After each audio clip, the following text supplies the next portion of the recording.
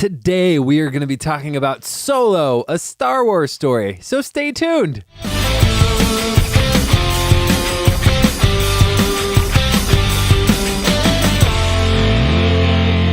Welcome to The Real Review, sponsored by Parametric and Lazy Ape Studios, where you get some of the latest happenings, real thoughts, and perspectives in the world of film and television. Everybody, I'm here with Joel Cunningham.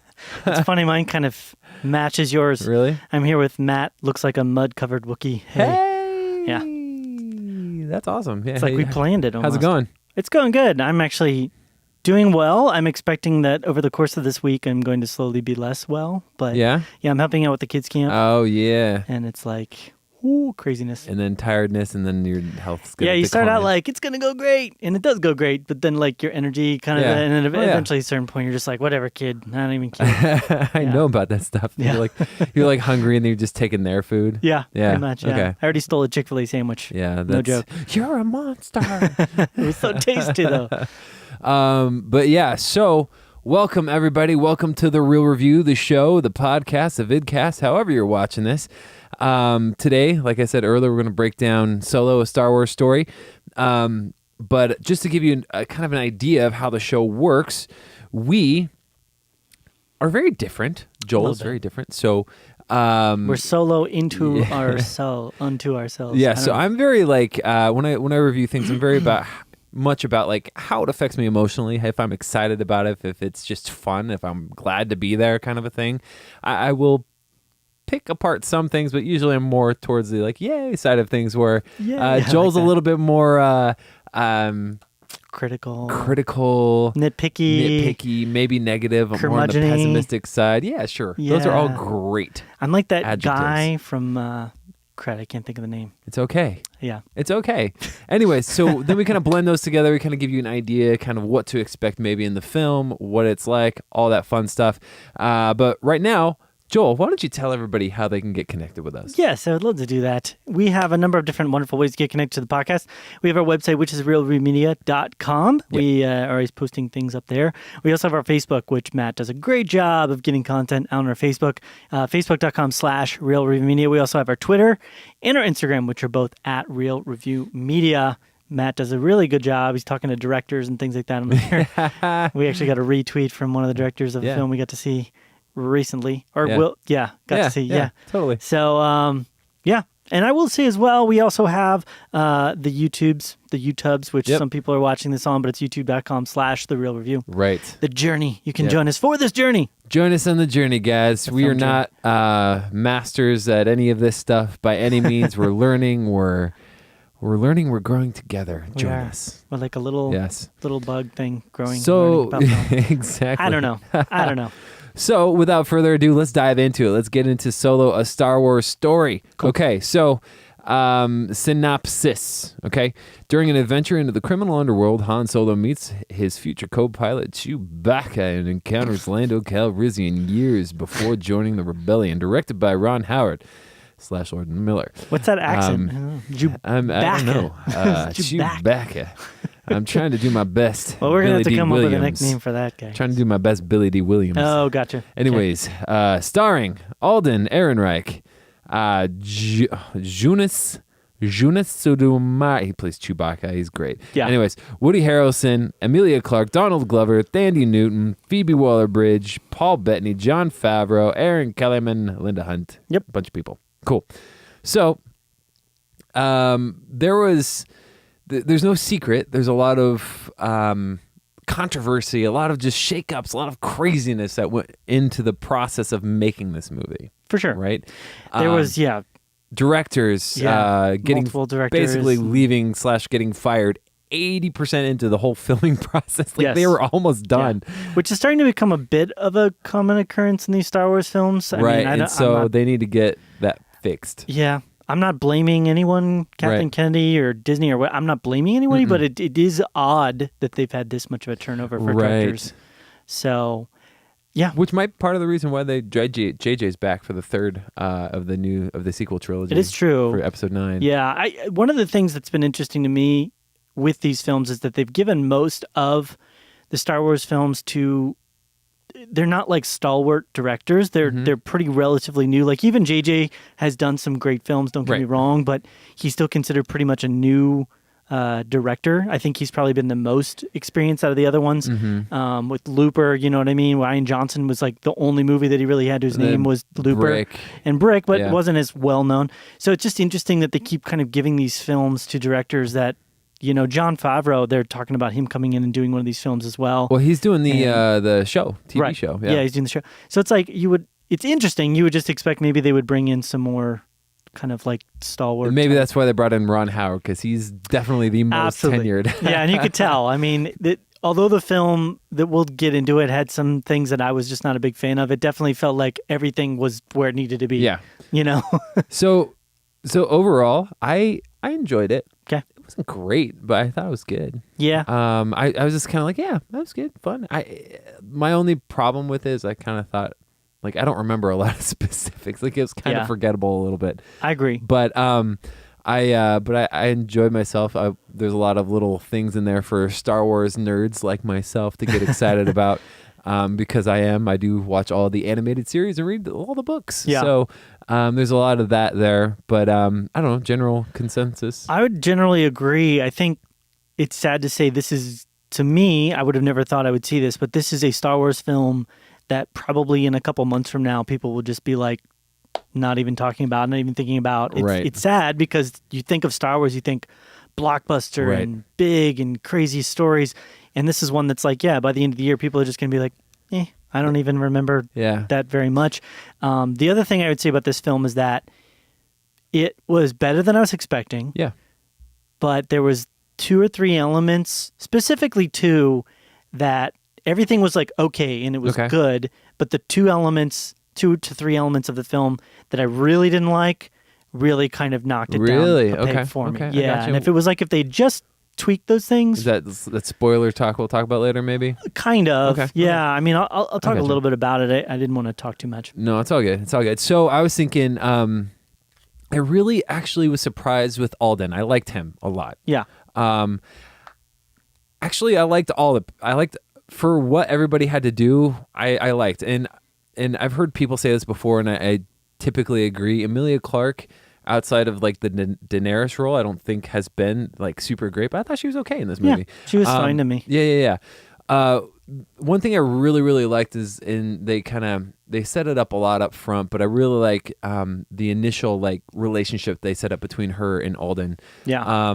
I thought they set it up in kind of this like kind of cute, quirky, like, all right, this kind of like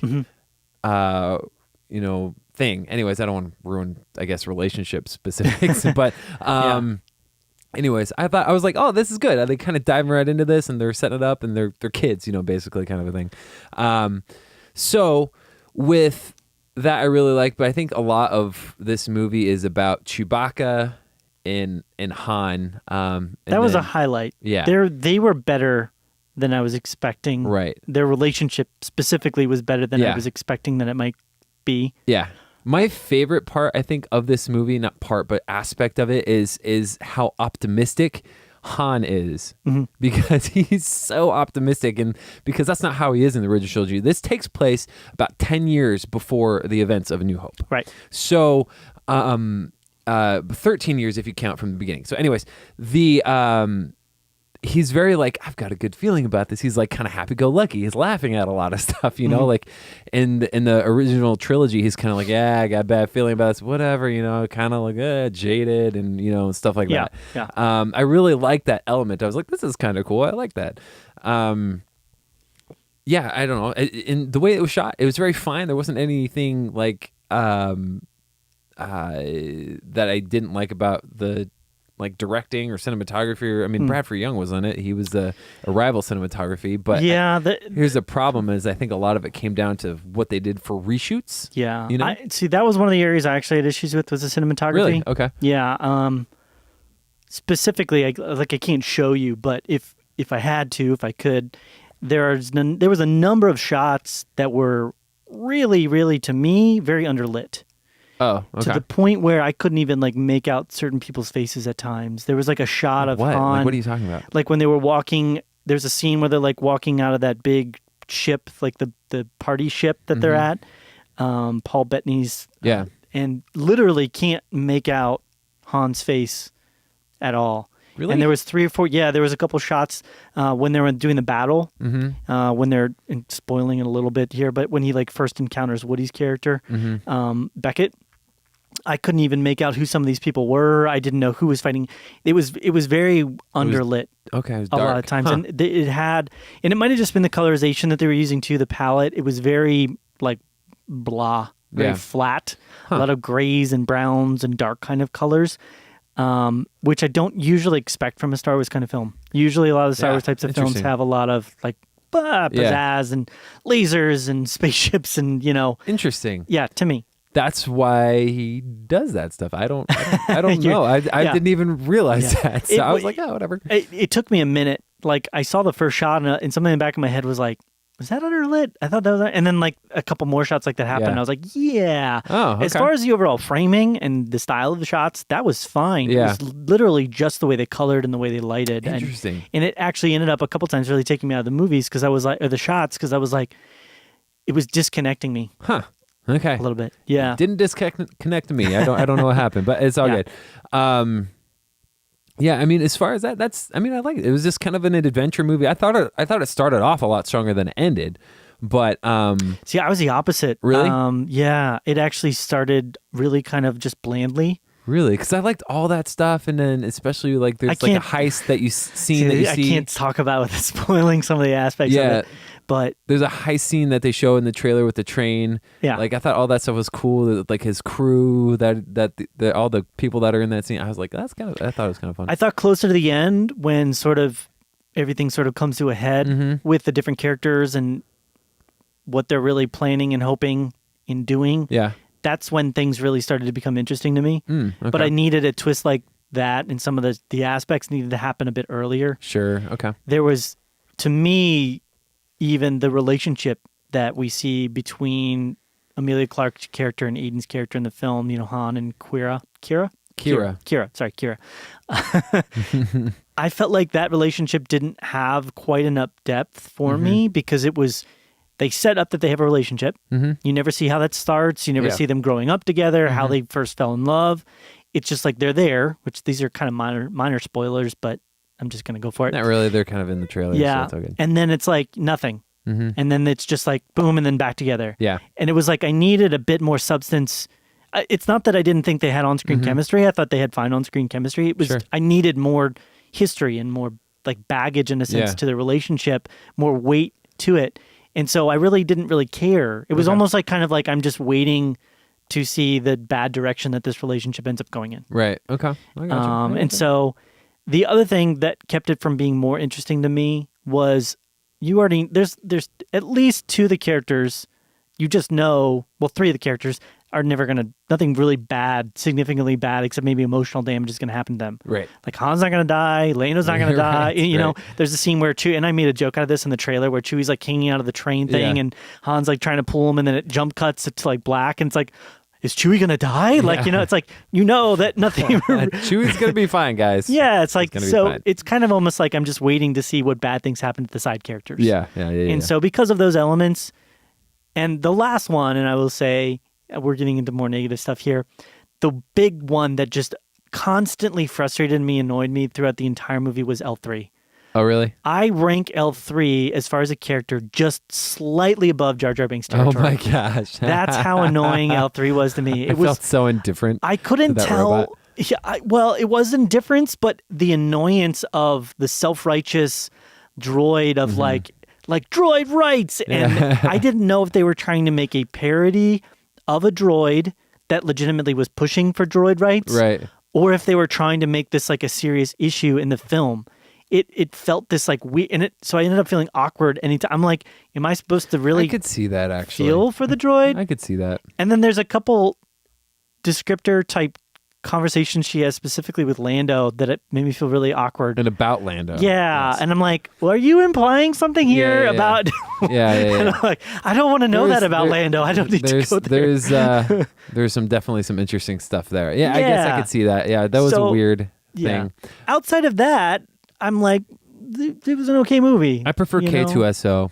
Yeah. over L3. Yeah. K2SO was fine. Yeah, it was an okay movie. I think, I don't really have anything negative to say for me other than the fact that I don't know what it is about it that I felt like it's not as memorable as I wanted it to be. Right. I don't know. I don't have any like specific things other than that. I guess, that L3 was a little annoying. Yeah. I'm telling you, I was just I don't want to spoil it yet, but yeah. Okay. But well, okay. So I guess I don't know. Is there anything specific to the negative side that those are the big three things? negatives. Okay. Yeah.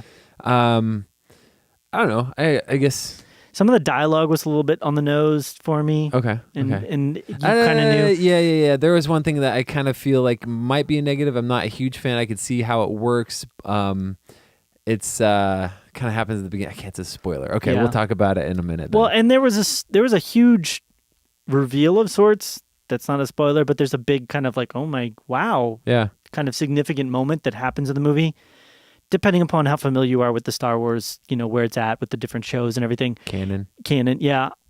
And the sad thing about it is like I could tell because they were setting this up for 3 films. He signed for 3 films, right? But everybody they really on were the franchise, hoping. So did Felicity, right? But with the loose ends of some of this stuff, Mm-hmm. I could really tell that they were probably hoping to bust some more story out from this.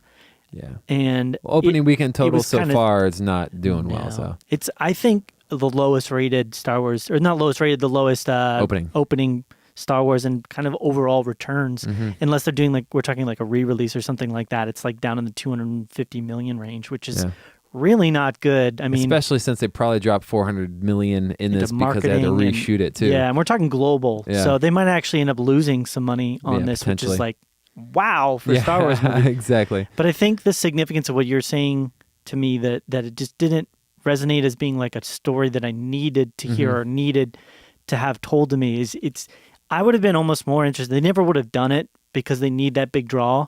I would have been more interested in this if it was just like, we've talked about this in the past, like John Star Runner guy who's like, that's like lives out in the, the bad areas of the Star Wars universe. Star Runner guy. I mean, they're never going to do that because they need to have a big Space pool. John Wayne. Exactly. Yeah. But that would have been more interesting to me than trying to turn this into a solo film. They could have. Yeah. They're banking on making some money with the name, I'm sure. But other than that, as a whole, I mean, it wasn't bad. It was a little better than average, I thought. I'm going to give it an 81. Okay. Yeah. I give this one actually a 76. Okay. So. Okay, I gotcha. Not the worst movie of the year, but I'm not like, oh my gosh, I can't wait till it comes out so I can see it again, Yeah. On totally. DVD, Blu-ray. Let's talk about maybe one or two things on the spoiler thing. Count us in. Yeah, we're gonna get into spoilers. If you don't want to be spoiled, turn off the video, turn off the podcast. We're getting in there now. 5, 4, about to get 3, spoiled. 2, 1. And L3 dies. L3 dies. Woody Harrelson dies. Which that part was like, oh. I was like, oh, okay. Yeah. I heard that was like their little nod at like Han shot first. There was a few nods. Yeah. The Han shot first type thing was definitely a big one. And then there was a nod to obviously where they're headed, which is Jabba. I'm assuming is Tatooine. Yeah. Darth Maul is in this. He was the Crimson Dawn head honcho. Yeah. Which a lot of people were confused. They're like, I thought he got cut in half. He did get cut in half by Obi-Wan, but he survived, and he has metal legs. Yes, and he's been around for a while. You can see that all in the Clone Wars and Rebels. That was the biggest surprise of this movie to me. Me too. Was when he kind of popped in. I was like, oh, we're going there. Yeah, and there is still a tie-in that they'll definitely, because they're talking about now doing the Obi-Wan movie. Yeah, they're talking about Obi-Wan and Boba. Yeah, and I'm thinking with Obi-Wan, Darth Maul's going to directly tie into the Obi-Wan story. Possibly. There's a spoiler in Rebels though that happens with Obi-Wan and Darth Maul though. Okay. I guess I'm talking spoilers. If you don't want to be spoiled for Rebels, here we go. Old Obi-Wan kills Darth Maul in Rebels. In Rebels. Well, maybe they'll make that part of the movie. I don't know. He's watching after Luke. Yeah. It's kind of a cool thing. He's like, and Luke's like running around. Yeah, that's kind of cool. Yeah, it was neat. But yeah, I like that part. I didn't like the whole Han Solo got his name thing kind of a thing. I thought that was really stupid. Again, some of the things were just like way too on the nose for the dialogue. Yeah. Like Han Solo. Why would he just be Han alone. Yeah, he couldn't. He could, I mean, just make his Han name by himself. Yeah, just make his name Han It's Solo. silly. There was some silly aspects to things too. I mean, the whole train heist, as interesting as it was kind of like, why would you ever? You have spaceships. Why would you ever transport anything on a train? Right. You know, you can literally put it in a transport and fly it where you need it to go. Right. Why would you? So things like that I don't know. were just kind of silly to me. Yeah, I don't know. L3 in particular was a constant annoyance. Whenever she opened her droid mouth, I was like, what crazy, stupid, dumb thing are you going to say now? And when she died, I was almost like, yay. Like, it was sad, well, she's permanently part of the Falcon. Yeah. Her nav computer is. Yeah, her voice is not, her thankfully. voice is not, right. I did find it funny. I liked when Han met Chewie for the first time. Yeah. I like that whole, like, he's he's not just he's trying to communicate with him. I've never seen that before. I kind of laughed at that was pretty funny. I was laughing. I was like, that's kind of funny. I don't think we've ever seen somebody in the Star Wars films try and speak Wookiee. Right, speak Kashyyykian or Kashyyyk, or if they call it Wookiee, I don't know what they call Whatever it. they call it, I thought that was pretty funny. He's like, and Chewie's like, what? Yeah, what are you doing? For a second, I thought he was going to do it by accident. Right. And that's what Chewie was going to, and then I was like, oh no, he did it on purpose. I thought that was pretty cool. I was fine with that scene. Yeah. For me, the stakes were just, okay, because I know Han Solo's story, because I know he's going to meet up with Luke and they're going to go on this whole thing. Prequels. Yeah, there was no real connective tissue into this story. So I was really counting on the relationships that he built up over the course of the... And the most significant one to me over this film was Woody Harrelson's character, Beckett, because he's kind of like a father kind of type figure for him. And, this film showed, and I think effectively well, that Han needed to grow up. He was still very childish in some areas. He kind of was brash and cocky, and he didn't have a lot of things to back that up. And I liked those aspects of it. But specifically with Kira's character, I needed much more understanding of that relationship having been built up and connected, because just to show them together and then to just show them being ripped apart and then suddenly forced back together so randomly. I get that. I'm like, there felt like there was very little weight behind that relationship. So that was one thing. The twists at the end were probably the most interesting part. Yeah. As far as what Kira's real motivation was, and then she's connected to the Sith. I was like, wow, that's kind of crazy. Yeah. That was kind of the biggest. Overall, it was because again, I knew that they're not going to kill Chewie. They're not. In most of these characters, they're never going to show up in any other films. I was almost just kind of waiting for them to die and to see how they did. And so when they finally did start dying off later in the film, that's where it kind of became more interesting to me, because I was just waiting for that. Right, you're waiting to see that happen. Yeah, no, I totally gotcha. But I thought the set pieces were fine. Yeah, they were a bit ridiculous, but they were fine. Trying to think if there's anything else. Yeah. Okay, I gotcha. Yeah. I don't have anything else to add, I guess. Anything you can think of? Any little thing in the spoiler section? No. Okay. I thought the run, the run through the tunnel. What's the famous Kessel Run? The Kessel Run. I thought that was cool. Yeah. And interesting. I thought that giant squid thing was cool, and I thought the shot of the Star Destroyer kind of going through the tunnel was really freaky and intimidating. I was like, whoa, that's pretty cool. That was kind of cool. So for sure. Yeah. But I don't know if Han can literally say he's the one that made the Kessel Run after that. It was kind of 15% him and mostly the ship's computer. Thing is, it's kind of always been an exaggeration of sorts. So yeah. And he just made it his own reality. Yeah. I think so. Well, it doesn't make sense to me, because I don't understand why nobody else uses that method. Because if you can just put a really high-end computer navigation system inside of a, inside of your spaceship, then I don't know. Yeah. Whatever. That's beside the point. So. It's really only important to him. Nobody else cares. Yeah. We're good. We're good. I'm done. I can start getting into the weeds on this. It's all good. But yeah. Anyways, guys, let us know what you thought about Solo, a Star Wars story. If you liked it, maybe what you would have done differently, or if you would have wanted to see different. What's the next standalone story that you want to see? Also, email us at realreviewmedia@gmail.com. Reach out to us, facebook.com/realreviewmedia, and same with Instagram and Twitter at realreviewmedia, and our website, realreviewmedia.com.